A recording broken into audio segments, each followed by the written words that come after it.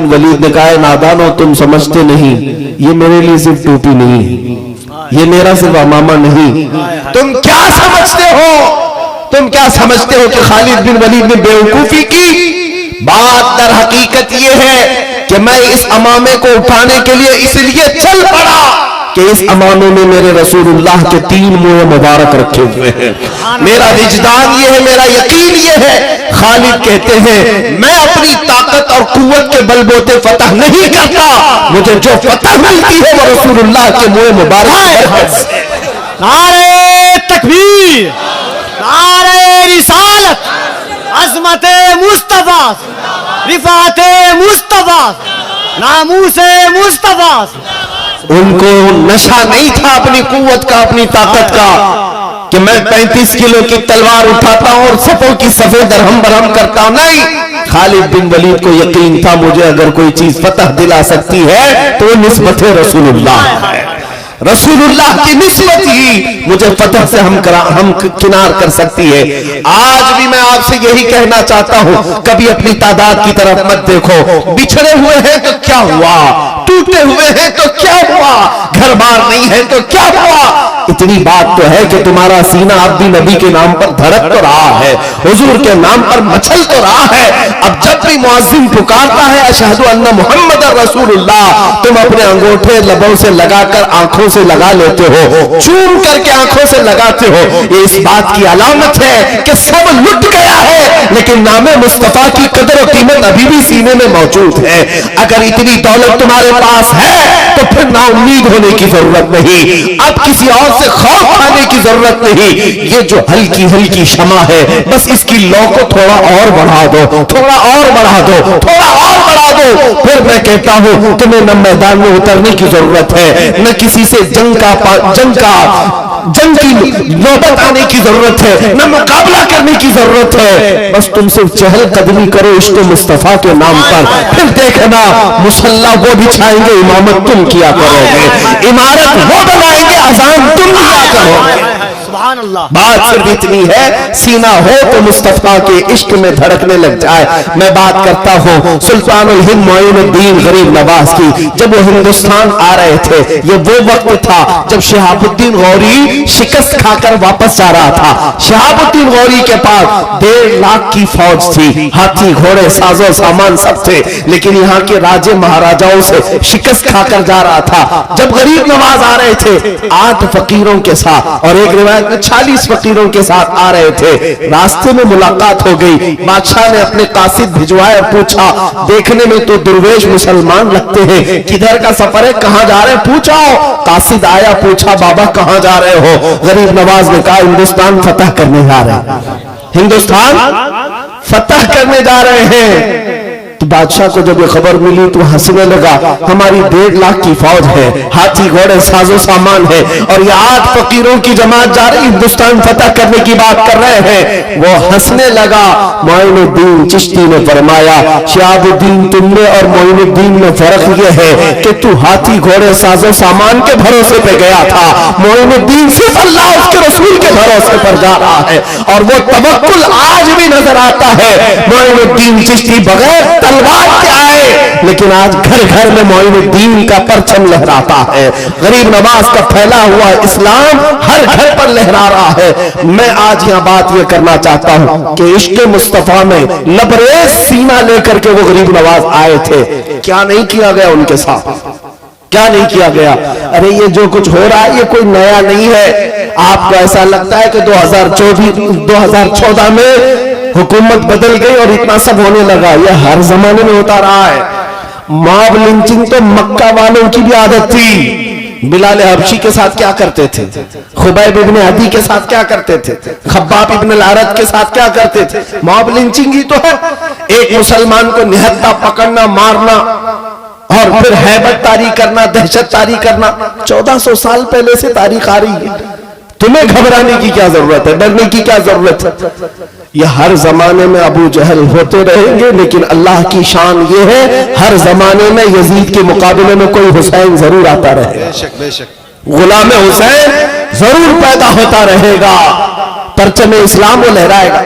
मोइनुद्दीन हसन चिश्ती गरीब नवाज रज़ियल्लाहु तआला अन्हु जब तशरीफ लाए, एक मौके पर ऐसा भी हुआ कि आपकी बातों को सुन सुन करके लोग जौक दर जौक इस्लाम में आ रहे थे। राजा को ये बात खाने लग गई, पृथ्वीराज को। उसने सोचा कि इस फकीर का रास्ता रोकना है। कई हरबे अपनाए, कई हरबे पुलिस भेजकर क्या क्या किया, लेकिन उसने देखा कि ये दुर्वेश है, फकीर है, तो हमारे भी धर्म का कोई पंडित ही इसका मुकाबला कर सकता है।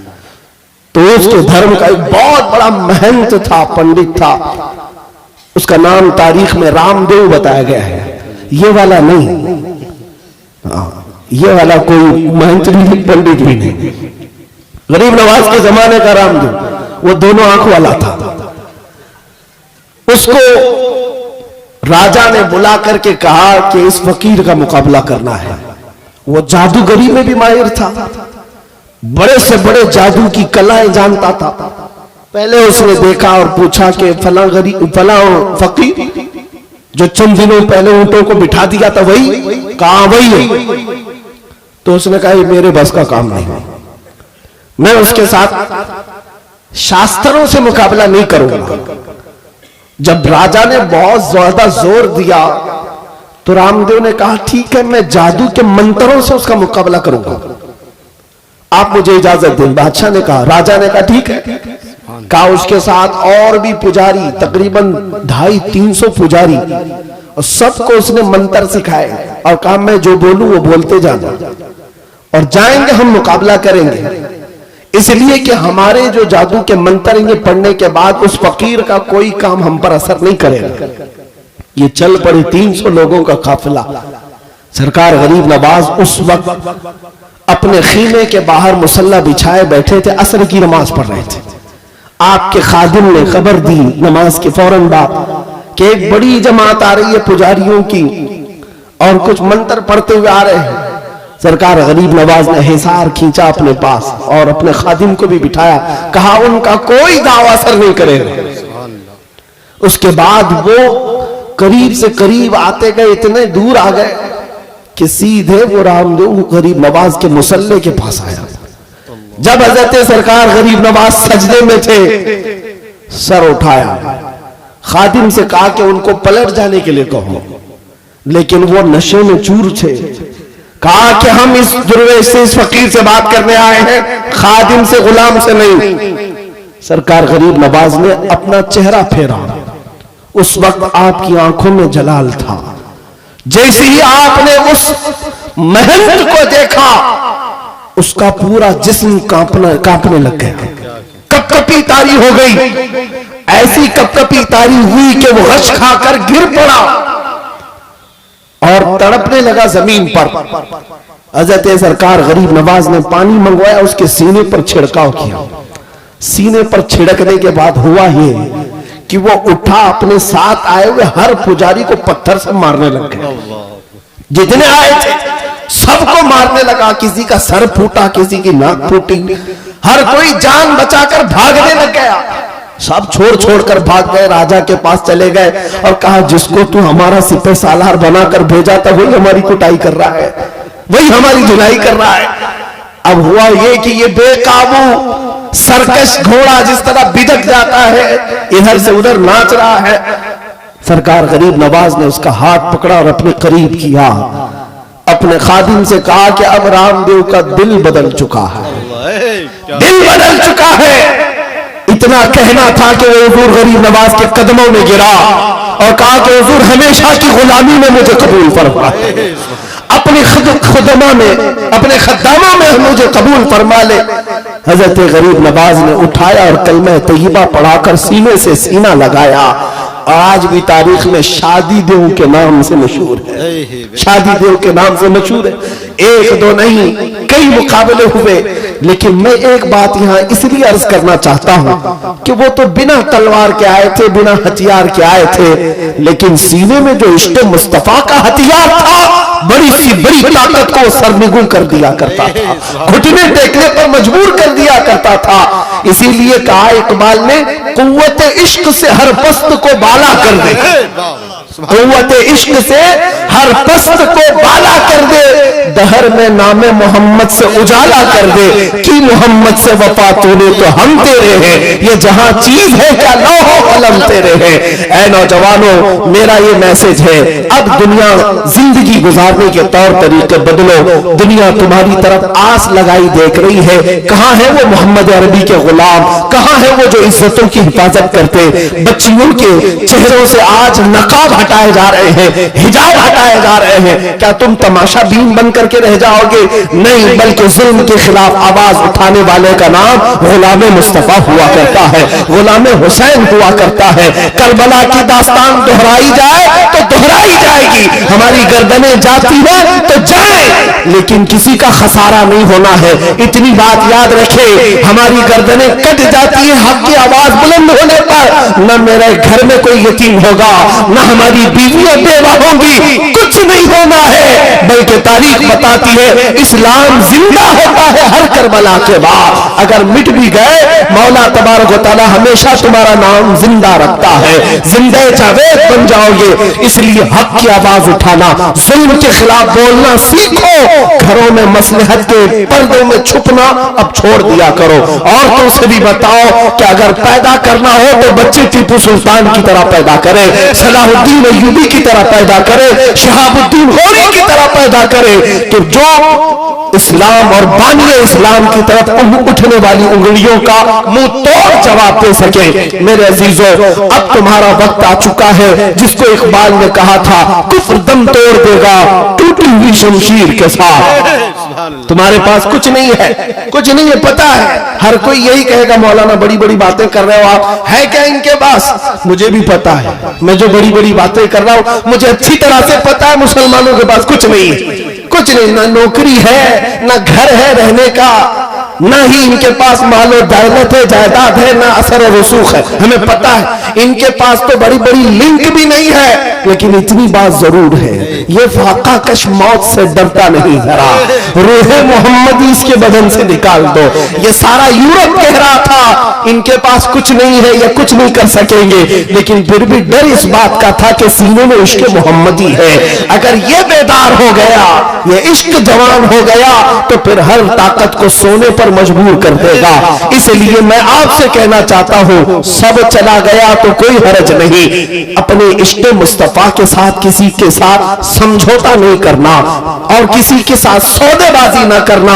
हुजूर की बात आए तो घर एक तरफ, माँ एक तरफ, बाप एक तरफ, औलाद एक तरफ, लेकिन मेरे नबी पाक की इज्जत और हुर्मत अपनी जगह एक तरफ है। बात लोग ये कहते हैं कि हम हुजूर की इज्जत की बात करते हैं तो घरों में लोग आड़े आ जाते हैं, अड़ंगा डालते हैं। मेरे अजीजों, तुम्हें पता नहीं, कई सहाबा ऐसे हैं जिन्होंने अपने सगे माँ बहनों को, अपने माँ बाप रिश्तेदार सब छोड़कर हुजूर के कदमों में आ गए। तुम्हें सुहैब रोमी की अगर बात बता दूं, 27 साल के जवान सहाबी हैं, हुजूर का कलमा पढ़ा तो माँ बाप दुश्मन हो गए, माँ बाप दुश्मन हो गए। इतने बड़े पैसे वाला बाप था कि मक्का की जगह जगह प्रॉपर्टियां इन्हीं की थी, सुहैब के बाप की। हजरत सुहैब जब देखते हैं हुजूर मदीने जा चुके, आए घर में और कहा मैं भी मदीने जा रहा हूं। बाप ने कहा अगर जाना है तो सारी दौलत तेरी खत्म कर दी जाएगी, एक पैसा भी नहीं दिया जाएगा। सुहैब रूमी ने कहा जो लिखवाना है लिख लो, सारी जायदादें लिख लो, जिसे चाहे दे दो, मैं मदीने जाऊंगा मेरे मुस्तफा के कदमों में। सुनो, बाप को गुस्सा आया, सारी दौलत लिखवा लिया, कहा कि निकल जा मेरे घर से। जब जाने लगा तो मां पीछे से पुकारती है, कहती है सुहैब तेरे जिस्म पर जो कपड़ा है ना वो हमारी कमाई का है, जो लिबास तू पहना है वो हमारी कमाई का है, ये भी उतार के दे। हजरत सुहैब घर वापस आए, अपने वो लिबास भी उतारा और टाट का कपड़ा जो गोनी होती है वो ओढ़ लिया, कांटे लगा लिए। इसी हालत में मदीने चल पड़े, उनका लिबास तक उतरवाया गया और चले। अभी मक्का की सरहद खत्म भी नहीं हुई थी, बाप बड़े पैसे वाला मक्का के गुंडों को पैसा देकर के भेजता है और कहता है कि मेरा बेटा मदीना जा रहा है, उसे बीच रास्ते में इतना मारो कि वो वापस घर आ जाए। गुंडों को पैसा देकर लगवाया, बीच रास्ते में गुंडे आए, सुहैब रूमी के साथ लड़ाई झगड़े शुरू हुई। घोंसे मारे गए, लात मारे गए, क्या क्या मारा गया। उनकी नाक फट गई, आंख अंदर गई, गाल सूज गए, जगह जगह से हड्डियों पर जख्म। उसके बाद उठते हैं और कहते हैं तुमने अपना काम कर लिया, तुम वापस जाओ, मैं फिर भी मदीने जा रहा हूं, मैं मदीने जा रहा हूं। टाट का लिबास, जगह जगह से जख्म, हड्डियों को तोड़ दिया गया। लेकिन इसी लंगड़ाते हुए माजूरी के आलम में 9 दिन का पैदल सफर करके वो मदीने आ रहे हैं। माँ बाप ने सब छीन लिया, रिश्तेदारों ने छीन लिया, लेकिन इधर जब आ रहे थे, रिवायत है कि मस्जिद नबवी से उस दिन शाम के वक्त मेरे आका बाहर निकलकर अपनी गर्दन ऊंची कर करके बार बार किसी का इंतजार कर रहे थे। साहबा ने पूछा हुजूर कोई आ रहा है? हुजूर ने कहा हाँ, मेरा एक दर्दमंद आशिक मेरी मोहब्बत में जख्म खाकर आ रहा है। साहबा ने देखा वो कोई और नहीं, सुहैब आ रहे थे। जब वो करीब आए तो लंगड़ाते हुए आए, जगह जगह जख्म था, टाट का लिबास